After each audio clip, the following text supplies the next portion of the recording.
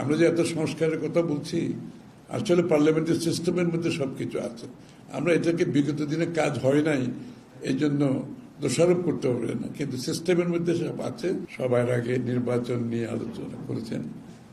নির্বাচনে ফেব্রুয়ারিতে হতে যাচ্ছে, এই জন্য সবার তো একটা স্বস্তি আছে, সন্তুষ্টি আছে এবং আশা করছে আমরা দ্রুত নির্বাচনের দিকে গিয়ে আমাদের যে গণতান্ত্রিক প্রক্রিয়ায় অর্ডারের দেশটা ফিরে যাবে।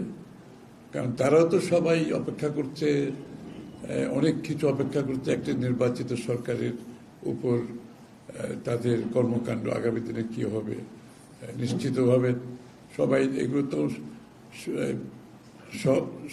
স্বল্পমেয়াদী, মধ্যমেয়াদী, দীর্ঘমেয়াদী অনেক সিদ্ধান্ত আছে যেগুলো একটা নির্বাচিত সরকারের সাথে সবাই স্বস্তি বোধ করে।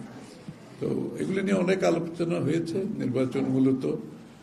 আর বাংলাদেশের যে আমাদের শ্রমিকদের যে সমস্যা আছে, শ্রমিকদের রাইট নিয়ে আপনারা জানেন, সবসময় ইউরোপিয়ান ইউনিয়ন কিন্তু শ্রমিকদের অধিকার নিয়ে কাজ করে, সে বিষয়ে আলোচনা করেছে এবং আমাদের ভাবনা কি, চিন্তা ভাবনা কি।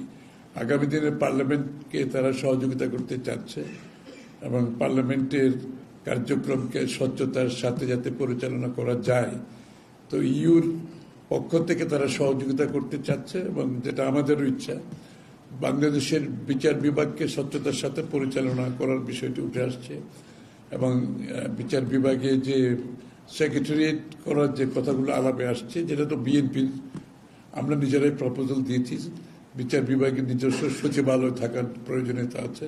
এটাকে যদি আমরা স্বাধীনভাবে চলতে দিতে হয় বিচার বিভাগকে, তার নিজস্ব সচিবালয় থাকা দরকার। এই বিষয়টা তারাও সমর্থন করে এবং তারা এই ব্যাপারে ফান্ডিং করতেও রাজি আছে, সুতরাং সেটা বোধহয় করছে অলরেডি। পার্লামেন্টের বেলায়ও তাই, তারা চায় পার্লামেন্টে স্ট্রং ক্যাপাসিটি বিল্ডিং করে একটা সচিবালয় থাকবে যাতে পার্লামেন্টের পারফরমেন্সটা ভালো হয়।